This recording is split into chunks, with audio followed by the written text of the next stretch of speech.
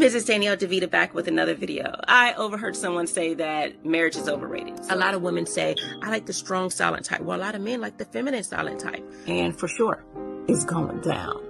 So a lot of times people are not getting the when to speak and when to be quiet is one of the most powerful. She's going to be aggressive thinking that. And as someone who's been married for 12 years, she's driven, not lazy. And this will make yourself and get on the right path. That understand that you might be doing a disservice to your daughter. If you don't help her understand vetting and proper decision making, now she's going to be a basket case later. If you don't help her understand emotional intelligence, she's going to hold on to a lot of emotional baggage. If you don't We live in a world where femininity, marriages, family, and courting is no longer valued. We live in hookup culture, situationships, and struggle love. The number one reason women struggle in long-term relationships, number one, femininity, and number two, staying in a relationship or entertaining people longer than the woman should. My name is Danielle DeVita, and I'm a relationship and femininity coach. I've been married for 12 years, and I want to help you get on your feminine journey and vet for the right man today. For more of my content, you can visit MrsDanielleDeVita.com, or you can go to YouTube, Instagram, or my Facebook page. Get on your feminine journey today.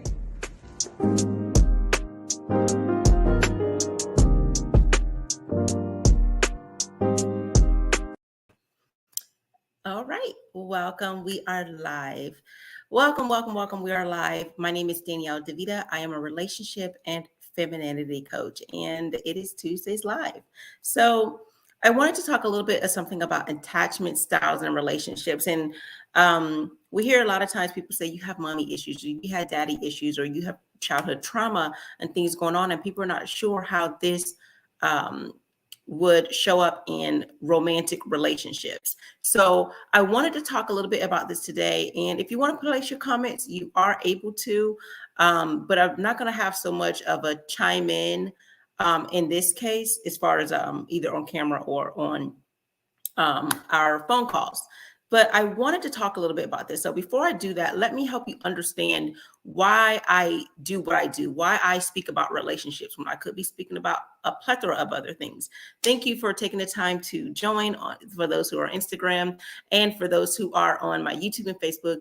I appreciate it. Welcome. So I will be looking at two different cameras because, of course, as you know, StreamYard does not link well with Instagram, where you can get the full experience of Instagram. So let's talk a little bit about why I do what I do. Of course, I want happy and healthy relationships. So those who are in relationships, if they decide to have children and be in those same happy and healthy relationships. And why is this important? Because given the experience that I've seen, so I'm a guardian ad litem. And as a guardian ad litem, I see children who are in homes where maybe they were in abusive homes, they've been neglected or abandoned of whatever way they've been, but they have been neglected or abandoned or something like that. And this child, it can affect the child. And somehow, in some way, whatever that traumatic experience they felt will show up either at that moment or as they later in life as an adult, which you in turn will be in relationships with people who have these certain types of attachment styles, which I'll go over. And then there's the other area which I was in, juvenile delinquency in the legal system. Then you see children that you say, okay, how does this, why does this matter for those who are getting in trouble and going into the jail system and prisons and things like that, juvenile detentions?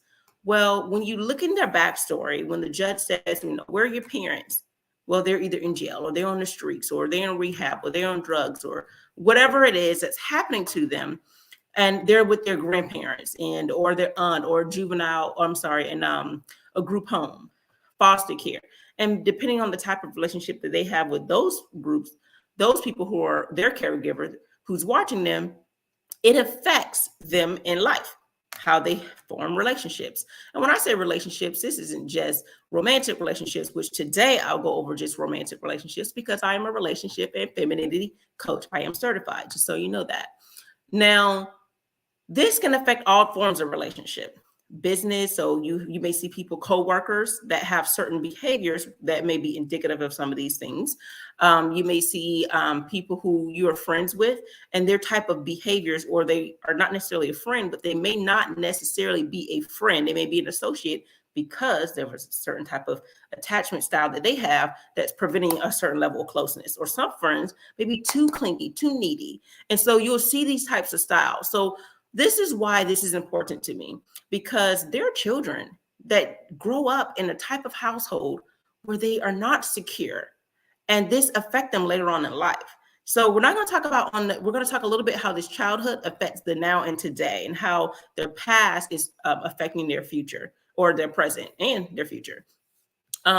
So this is why I do what I do. This is why these things are extremely important to me, because I truly care. I see the effect of what it is that people have experienced in their younger childhood and how it's affecting today in life. And when people are growing up like this, that child then later creates another child.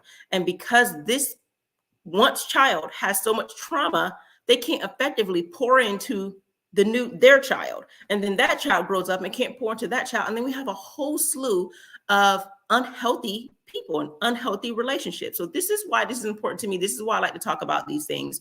And so today we're going to talk about 4 attachment styles, and I'm going to have up a screen right here so you can see. If you're on Instagram, you may not be able to see, but it's just a graph that I have. So for those who are visual, you can get a great understanding. So let me try to attach this screen on here. If you guys can see, there's 4 attachment styles. There's secure, anxious, avoidant, and fearful. So before I go into the anxious, avoidant, and fearful, let me talk a little bit about the secure attachment style. And so in order to help you understand, a lot of people like to say they are an exception to the rule. Or they may say, why do you have the husband you have? Why is he so awesome and this and that? Or someone may ask him. And I wouldn't say that we're outliers. I wouldn't say that we are different and that there's something special about us. No, I would say what makes us different, what makes us so-called special, is not because we're just somehow this unicorn. It's because we grew up in an environment where we felt safe, we felt secure, we felt loved. And let me remove myself just real quick.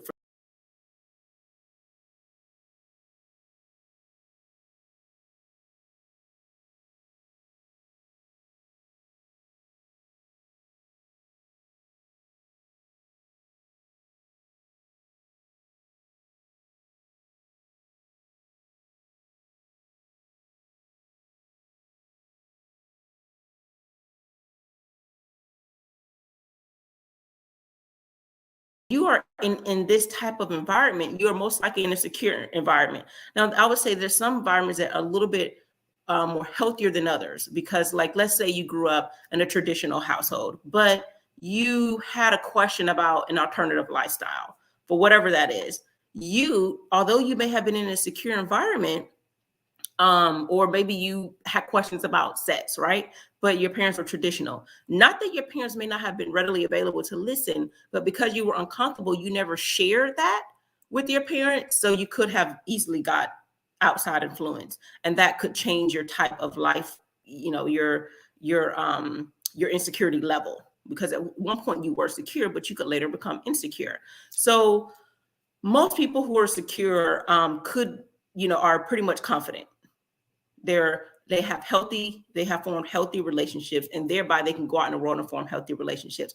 50 people in society are in a secure environment. And again, the reason why, and you may think that's a lot of people, but that's why I said in some cases, someone could have listened to someone who may have been on one of these other types of attachments, and could have failed into a different type of attachment style later on in life. A lot of things could push someone out of a secure lifestyle. Like, for example, you were once in a secure and happy and whole lifestyle, and then your parents died. And now you grew up with someone else who didn't give you that same level of security. You could have, at some point, and most of the time, people who are secure are just going to remain secure. If you are one of these other attachment styles, the goal is to be more secure. Right. But what I'm saying is, there's a way. If someone said, well, I grew up in a happy household, what happened? some situation could have pushed you out of that, especially if you remained attached or in a relationship with someone who was not secure.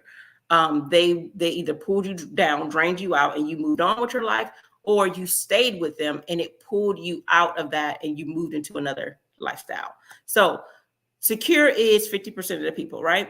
Now let's talk about avoidant. And this is 25% of the people are in an avoidance attachment style. This is what you may call emotionally unavailable. Of the 25%, most men fit this category. An avoidant, again, is someone who you may hear the term a dismissive attachment style. This person is emotionally unavailable. Whenever you guys get close, they pull away. This person has a high sense of self.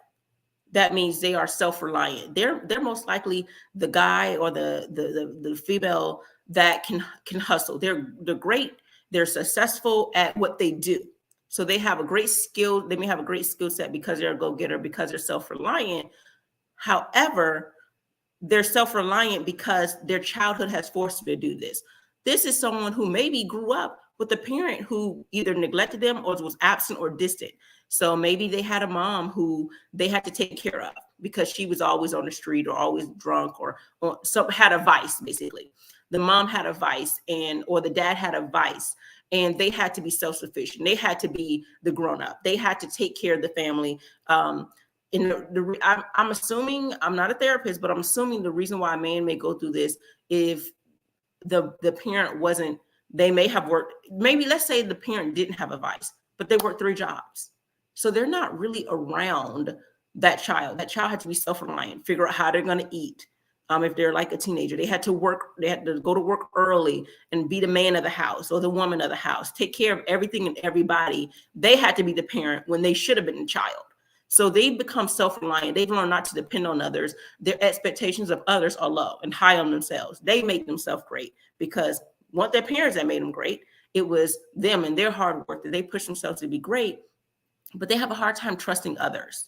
They have a hard time believing that others are going to be there for them because they've received that type of disappointment in the past from either a parent-like figure, or just someone who was important to them. Whoever they trusted to which they thought they could depend on, that person wasn't there for them. So they now are afraid when they get close, they're afraid of having that same feeling they had when they were 8, 9, or 10, or whatever age it was when they felt that level of disappointment.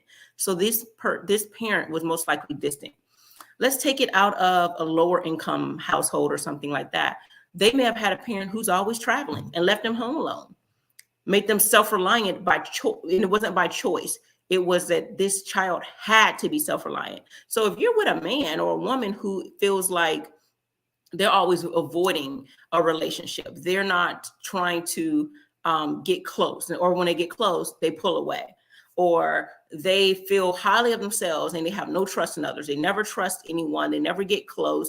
And they may not have a lot of friends. And I say friends because I'm trying to say they may have a lot of people that they may call friends, but they never talk to these people on a deep level. They don't know these people on a deep level, right? So this person is most likely going to be,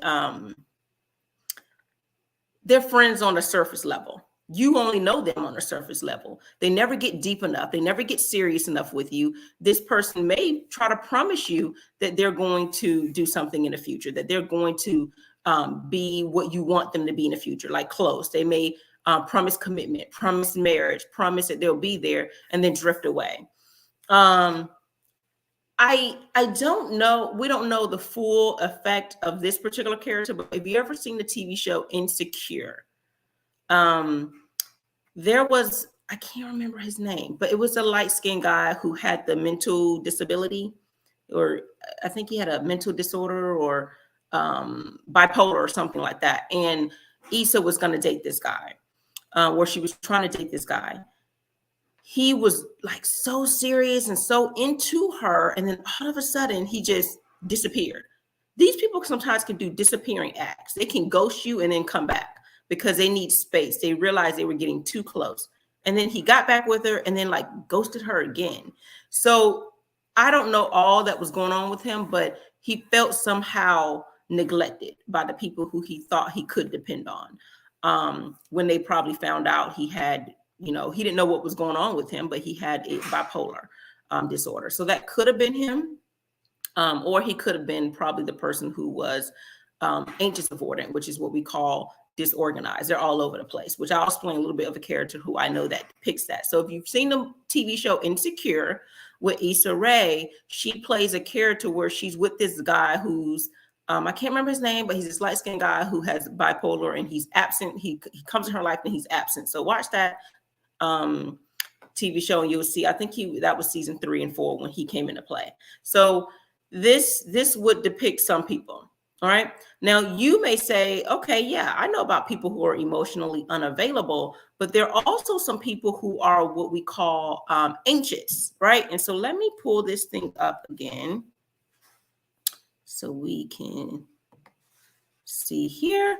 All right. So anxious is someone who you may call clingy. They're needy.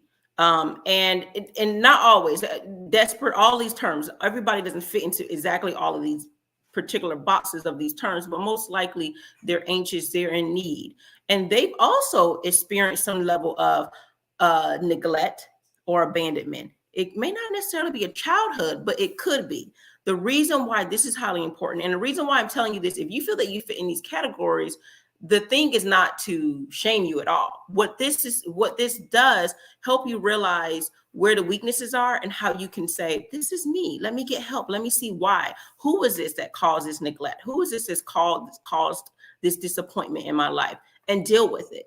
Because there are some strengths in some of these things. Like we talked about, the avoidant is a person who's self-reliant. They're independent, but sometimes they're so independent that they don't think they need anyone. Right? So that part is a weakness, that you don't feel like you need anyone. Everything you want to do is you do it on your own. And we don't want that. Right? And but you can take some strength from that, but you can learn from your weakness. The whole point of all this is to be mindful of it and want to be better. If you don't want to be better, then just realize that you're not trying to be the best version of yourself at this point, and that you may not meet a person who's secure, because a secure person may not stay with you long enough. And you may shame them by saying they are another person in your life that's neglecting and abandoning you. But sometimes they gave you leadway. They were patient with you, but you have to want it for yourself. So to go further into the anxious attachment, this is a person who may have at one point, okay, so let me imagine a picture for you. Imagine you're in a bed, you feel so good, the bed feels nice, and all of a sudden, this person comes to your room and just rip the covers from off you. And what is your first reaction? To grab the covers back, to pull them over you, because you were nice and warm in that bed when you were asleep. So sometimes you may have been not have your needs met, or sometimes the parent or in your childhood, someone was responsive to your emotional and your basic needs, and then one day they weren't. One day they were, one day they weren't. And this may be, I'm trying to give different levels of your economic systems, situations. So imagine someone who parent was, one day they are on the street having whatever vice they have, and one day they're the best parent ever. So this parent may have been there for you when you needed them, and then they're gone. Now, imagine if you had a father who one day he was in town and he did everything with you and he was the best daddy ever. You had a great weekend, great week. All of a sudden, he's gone. He's not there in your life anymore. And so you crave that attention. So you're not going to fight with this person. You're not going to run away and leave this person. You need them. So just like that cover, you want to pull them back closer. So you become clingy, you become needy, because especially and typically a person who is anxious is going to be with someone who's avoidant. Because or if they're with this person, they always feel like they're trying to pull this person back, and avoidant is always trying to push this person away. But an avoidant person, remember, their caregiver was somehow neglectful to them. So when they feel that, oh, okay, you're mad at me for leaving or whatever, or not to say that they're leaving, but when they say, well, you're doing this, or if you threaten to leave, because sometimes people may threaten to leave or threaten to go somewhere else, they do pull you back. That avoidant may pull you back. So you are in a relationship with an avoidant who's playing tug of war with you. So if you're anxious, but with someone who's secure, if that person is really secure and they're not doing anything to show that they can't be trusted, then you would have to look to see, is this person giving me a reason to prove that they're going to somehow abandon me or leave me like my caregiver did? Are they going to do this? Now, if this person has consistently comforted you, responded to all your needs, gave you enough space, gave you enough attention, and you're just fearful because of your past, and that's something you need to get healing from. But yes, if you're with someone who's avoidant, they were constantly consistent at being inconsistent. So one day they showed you that that you were valuable, and one day they didn't. So you're craving that attention that you once had with them when they were showing you the best version of themselves at that point in time, what they wanted you to see. But then when they pushed you away, then you have found out, okay, well, what do I need to do to get them back? Because again, as an anxious person, you are desperate for the attention they once gave you. You are in need of that, right? So you are someone who's anxious. The person, you could be a fixer because you so busy want them, you need a fixer. Or let's say you can't get in a relationship. You may get a child, like people you may sometimes hear. And so 20% of the people are in this style. All right. So 50% of people secure, 25%, which are mostly men, are in the attachment style of avoidance, which is also emotionally unavailable or dismissive style, right? Then you have the style who is anxious, and that's 20%, and mostly women are in this style. You may be a fixer because you need a project, you need someone to stick around, someone that feels like make you feel validated or needed. If you can't have a man or a woman, you may get a pet, because pets are not going to leave you. They're not going to disappoint you, right? They're not going to say things that hurt you or make you pull away. So people get pets. Or you may have a child, because when they're children, of course, when they get older, they can try to leave and be distant. But as a child, they're dependent on you. So you may need that. So that's why you hear some people say, oh, I want to have a baby. I want to have a child. But really they were craving something that they couldn't get from the person that they wanted X, Y, and Z from. So if you are anxious, but with a secure person, please take to look to see what is this person giving me a reason to not trust them? Give me a reason that they're going to abandon or leave me. Have they proved that to me? If you are with someone who's anxious, maybe you are, you're putting too much. You're not giving them some of the space they need. Or sometimes they're not just going to change, and you're going to have to let them go. And I know letting people go sometimes, if you're an anxious person, it's going to feed into the fact that you feel abandoned, neglected, or no one's fulfilling the love that you once needed. An anxious person could receive some attention here and some here. So like there's some families where they give you all the attention if you're for your basic needs. Maybe they give you just your basic need, but not your emotional. Or you may have a dad who, if you talk about football and basketball or whatever, sports, they're all into you. They care about you, all about that. But outside of sports or your basic needs, they don't care about your emotional needs. Or one day they're here, they're present, and one day they're not. They're just back in and out your life.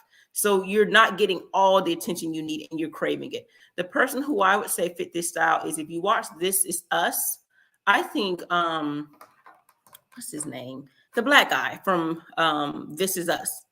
This Is Us, the series with Sterling King Brown, I think that's his name. Sterling K. Brown, sorry. He was in a secure household with his adopted family, but he always felt like he was missing a part of him, his identity. He was craving, he was angry with, why did my parents leave me? Why did my dad leave me at the fire station? Why did my mom not want me? What was it that they didn't need me? They didn't want me. And why didn't they come and save me? What was it wrong? So he craved some level of attention. He didn't feel some level of love, even though he got it from his adopted family. That still didn't sit well with him. So that gave him an identity issue, identity crisis, which later it made him whole when he found out what really happened with his dad tried to come back for him, and his mom, she could not find him when she came back for him. So that settled well with him. Now you have, let me put this here. So we talked about secure, we talked about avoidance, anxious, and now fearful. Fearful is a person who's a mix between anxious and avoidant. This person is just like the anxious a little bit. They have a lower self-esteem, which means they think negatively about themselves but great about others. So to help you understand, a secure person is confident, right? Avoidant person is confident in themselves because they're self-reliant. They know that they're independent and they put in all the work and the time to make them great because no one else put in that time. No one else can be trusted. No one else is great because no one else is dependable, because that's what they've learned in life, that they can't trust others to even cater to their basic needs, right? And then an anxious person feels like they don't see themselves as great, but they see the best in other people. So that's a strength. You see the best in other people, but not in yourself. And sometimes that means you may not set boundaries. That means you may be a people pleaser. That means you may suppress how you feel just so you can stay with whoever it is that you're feeling. You're less likely to suppress how you feel if you're with a secure person. If you're with an avoidant person, you may not be able to suppress how you feel in some cases because they're going to pull away. They're an avoidant. If a person is fearful, they may be a mixture of both. They are the life sucks. All people are this. They're disorganized. You may hear this as a disorganized person. They're back and forth. They're in and out. One day they are anxious and one day they're avoidant. Only 5% of people fit in this category. And this is a category, if you watch the show This Is Us, I can't remember his name. Is it Matt? He's a brother. He's a twin brother, the white guy. The reason why he is like this is because at one point he was secure. His dad died. When his dad died, that loving, secure feeling he had was ripped from him. So he is in and out. He's hot and cold. One day he wants attention and the other he doesn't, because he's experienced trauma. People who are in this category have maybe experienced abuse, trauma, neglect, abandonment. They have had someone, they may have some type of mental disability, or they've had parents who also suffer from these. Usually the person who are in these attachment styles have had parents who suffered from these exact same attachment styles. If you have an avoidant attachment style, it's because your parent also had an avoidant attachment style. If you are anxious, it's because your parent may have also had an anxious attachment style in their life. So sometimes we get angry with our caregivers, angry with our parents. And I say caregivers because you may not have grew up with your parents, but a parent-like figure or foster care or something like that. You have grown up and you're angry with this person, but they were also hurt people. So sometimes we look and we're angry at these people, but they didn't learn either. They're just as hurt. They don't know what to do either. This is a fearful means you could have had a parent that, and this may hurt some people's feelings, but you may have been a woman who had a child and had a son, and this son looks just like the man who left you. So although this is your child and you love this child, or if you had a daughter, this child reminds you of the man that mistreated you. So, and one day you try to give this child attention and the other you don't. Or you may abuse that child. You may do something to this child that now they have either any one of these attachment styles, anxious, avoidant, or a little bit of both, because they've experienced some high level of trauma that one day, they want you and one day they won't. And this is called anxious avoidant. This person is back and forth and they're disorganized because they don't know what they want. They had a chaotic lifestyle. And again, this person could have been a secure household and then became fearful because of something that happened. This is the person who may say, life sucks. One day, life sucks. What's the point? And the next, I'm hopeful. I think things will work out, because they're back and forth. And it could be there is a trigger, depending on a situation, they became anxious. depending on another situation, they became avoidant. Only 5% of people fit in that category. So again, 25% avoidant, 20% anxious. Most men fit in the avoidant, most women fit in the anxious. And this is according to statistics. 50% of people fit in the secure attachment style.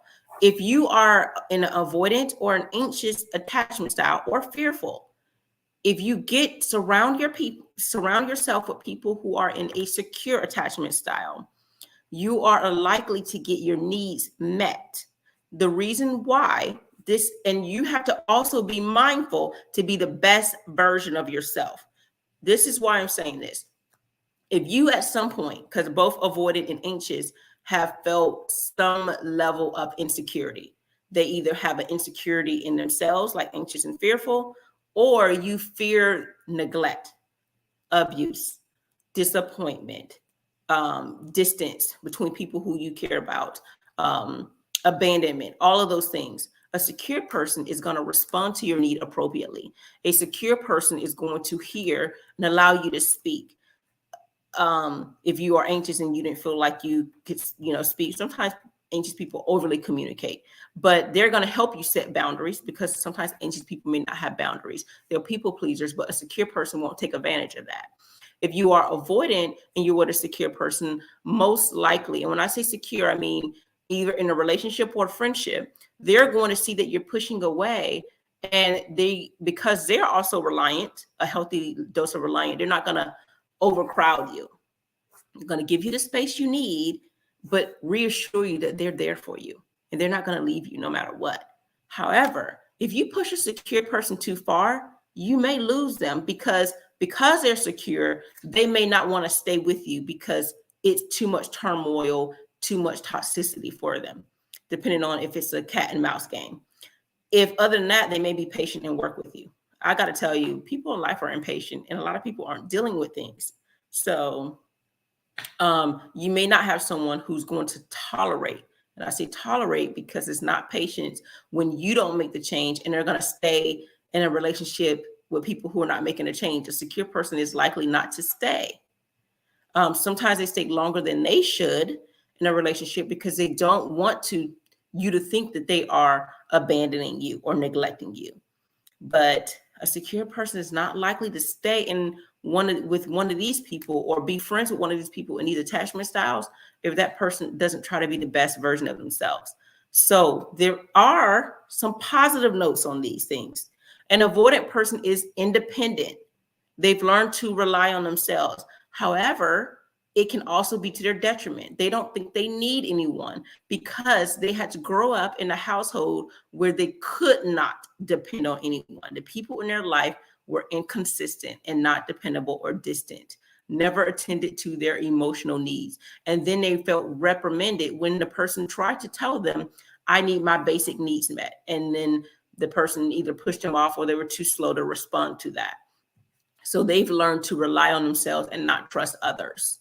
Sometimes they could become a narcissist, so dependent on themselves, so self-absorbed that they definitely feel like they are sometimes better than others. But that goes into a whole different lifestyle. Again, coping for all these things. I'm not a therapist. You have to go to a therapist on how to cope with it. As a coach, I can help you get through and move to the other side, because my goal is to help you go from A to B. B is being secure. I can tell you what a secure person is. You'd have to be mindful to make sure you are trying to be this person, to be more trusting if you're avoidant, to not be clingy and trust and not assume if you're anxious. Sometimes you could assume that people are cheating. You won't ask, you won't properly communicate the right questions. You won't give people enough space. You won't set boundaries. These are things you may have to work on. But you see the good in people. You see the best in people. You are loving and you're there for people, even to your detriment. In a way, that is a strength for you. Fearful avoidant is a combination of both. You have a little bit of self-reliance, and at the same time, you like to be needed and you like to be there for people. But because you're back and forth, it makes it hard for people you may be complicated to many people. but there are some strengths in some things, and there are ways you can become more secure by being confident in others as well as yourself. All right. So I wanted to share these with you because a lot of people say, you hear people say, oh, you have daddy or mommy issues or whatever. And a lot of people do. They have childhood issues.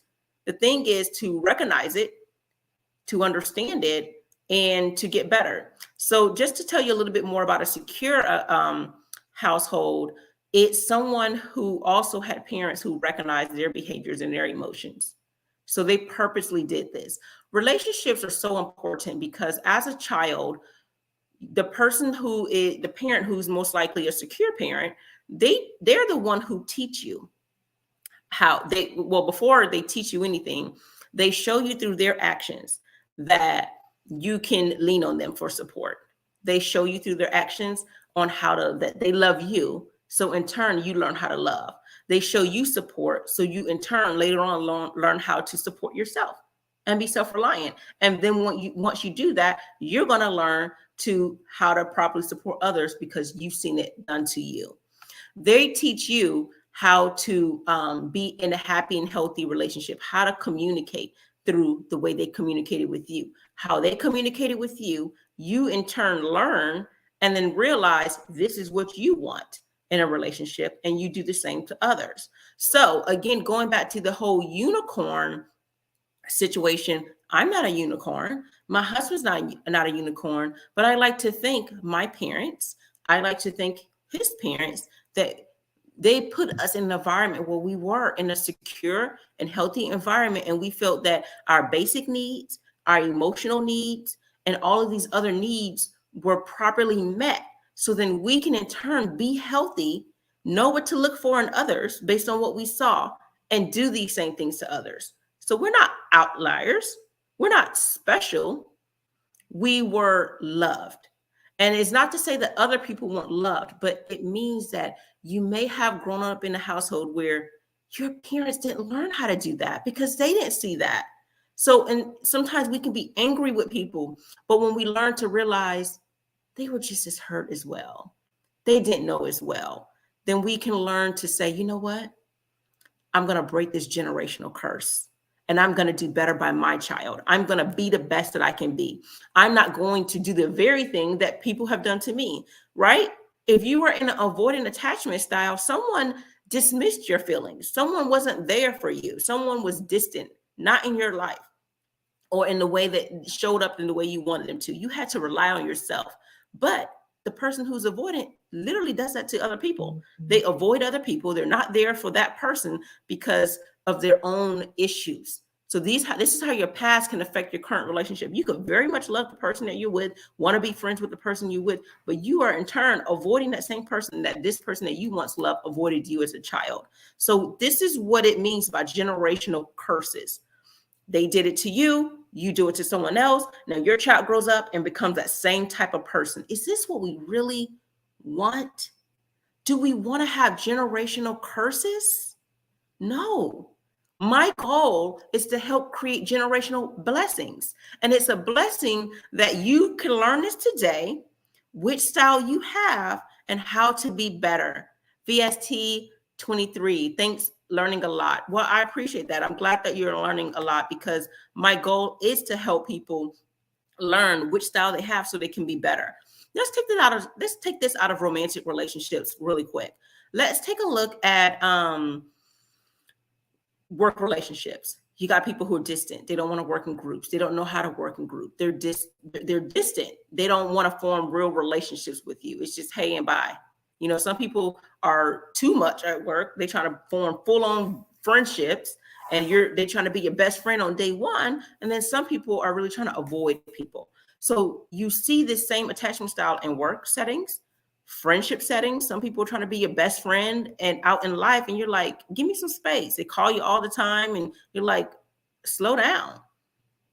All right. And then you have people who are, secure. So you really have to understand which style you are because either one of you guys can be secure. It just takes work. It takes effort. It takes being mindful of your emotions and your actions. And oh my God, I'm triggered.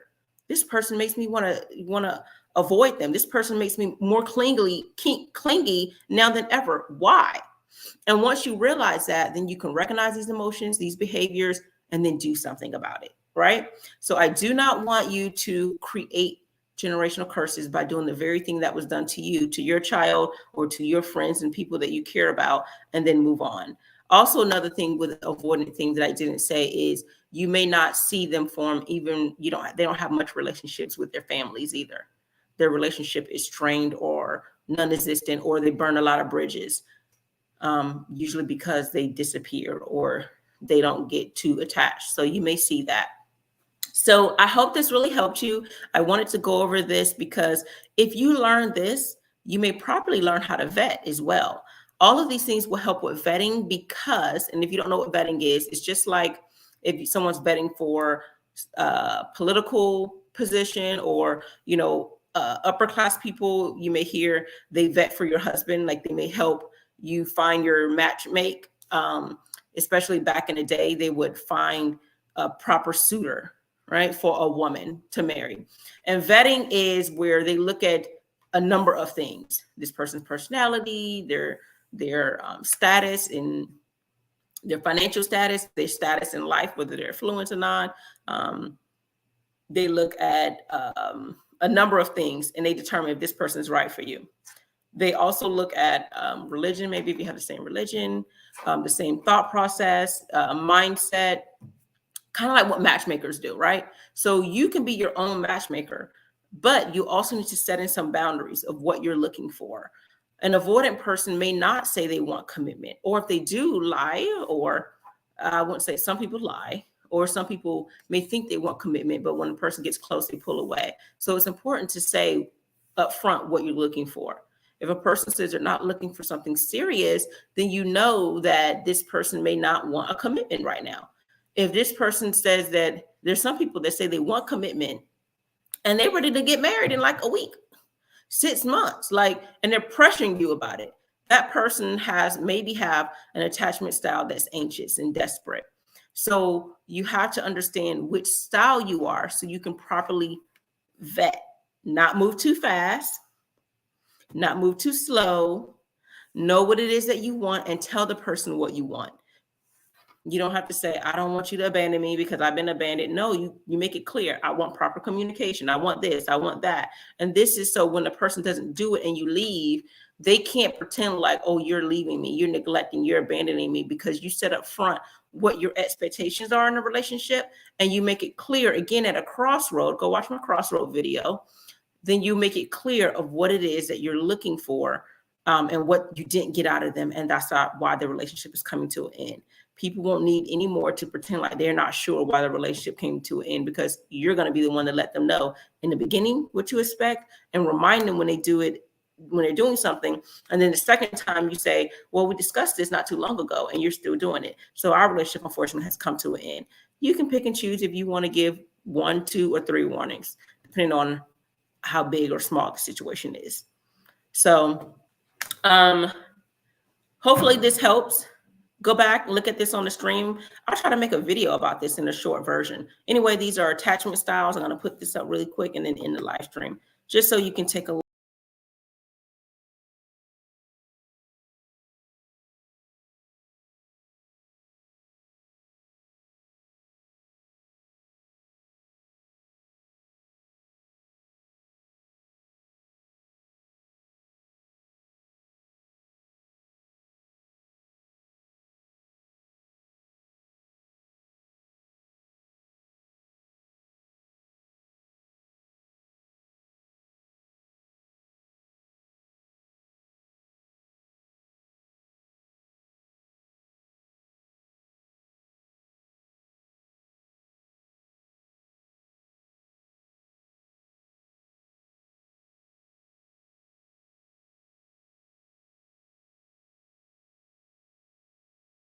Mrs. Danielle DeVita back with another video. I overheard someone say that marriage is overrated. A lot of women say, I like the strong silent type. Well, a lot of men like the feminine silent type. And for sure, it's going down.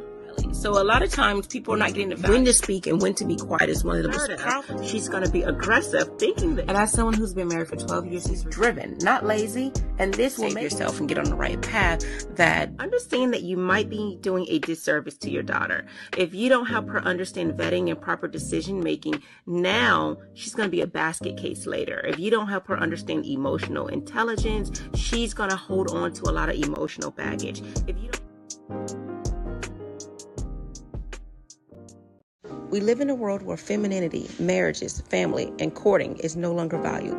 We live in hookup culture, situationships, and struggle love. The number one reason women struggle in long-term relationships, number one, femininity, and number two, staying in a relationship or entertaining people longer than the woman should. My name is Danielle DeVita, and I'm a relationship and femininity coach. I've been married for 12 years, and I want to help you get on your feminine journey and vet for the right man today.